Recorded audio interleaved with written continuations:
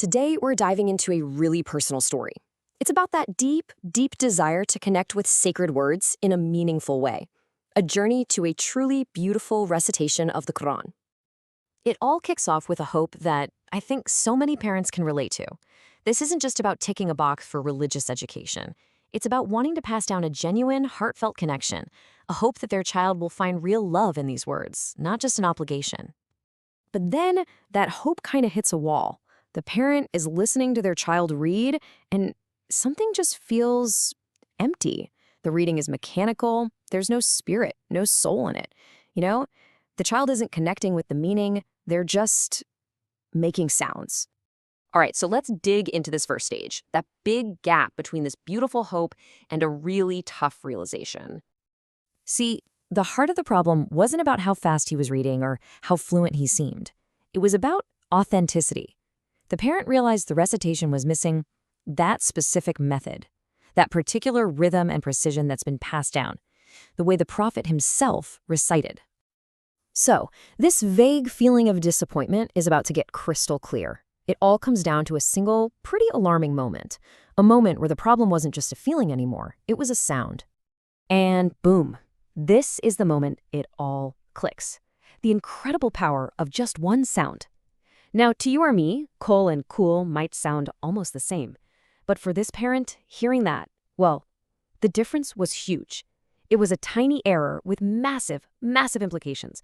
It literally made them freeze. And here's why they froze. In Arabic, the letter for the Q sound, the qaf, comes from deep in the throat. It's totally different from the K sound, or kaf. So qul means say. It's a divine command. But kul, with the K, that means eat.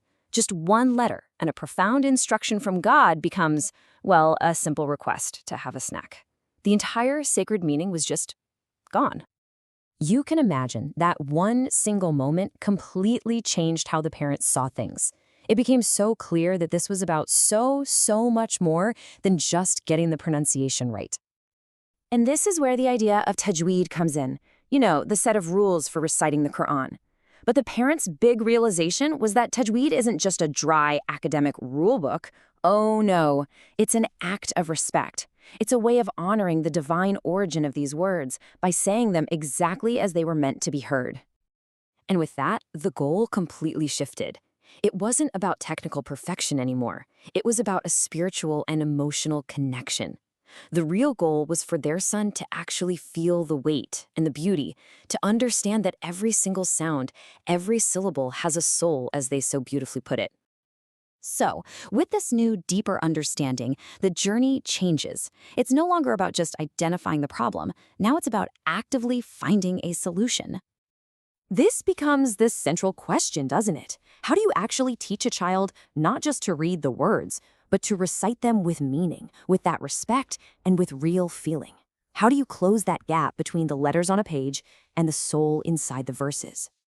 Their search for an answer, for a way to bridge that gap, eventually led them to a specific online program, one that seemed to understand the exact problem they were facing. And here's the path they ended up taking. It wasn't some quick fix, but a really smart, structured approach. First, find teachers who actually specialize in that traditional, correct method of recitation. Then, go right back to the very beginning, the absolute fundamentals, to build a super strong foundation. From there, you can progress towards real fluency. And the best part? It was all online, accessible right from their own home. And now, we get to the final part of this story. And honestly, the most moving part, the result of all that worry, all that searching, and all that effort. I mean, wow, what an incredible turnaround. The same child who was just mechanically reading words is now the one asking to recite. It's not a chore anymore. It has become this beautiful shared activity, a point of connection initiated by the child himself. And this is the real payoff, isn't it? It's so much more than just pride in his skill. It's that deep, emotional satisfaction of hearing the Quran recited beautifully, correctly, and with genuine love by your own child. It's the sound of that initial hope finally, wonderfully becoming a reality. So as we wrap this up, this story leaves us with a bigger thought, I think. Even though it's rooted in a specific spiritual practice, it really speaks to a universal idea. Whether we're talking about scripture or poetry or even just our everyday conversations, how much does the care and the precision we use with our words actually change the meaning and the connection that we get from them? Something to really think about.